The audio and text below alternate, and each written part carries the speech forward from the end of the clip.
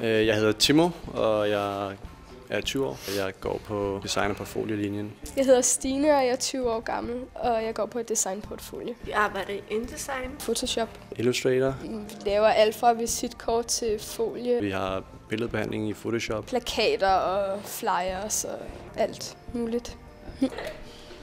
Altså hvis vi får en skiltopgave, så starter med at finde ud af, at vi får nok nogle størrelsesforhold, vi skal forholde os ind for. Så laver forskellige skitser, finder et tema måske, og så bestemmer vi for farvevalg, tænker over, hvad de kan symbolisere, og så bagefter teksten for på plads, hvad der skal stå på skiltet. Bagefter arbejder med skriftstørrelser og skrifttype, og så til sidst arbejder med at ligesom placere det, så det ser designmæssigt rigtigt ud.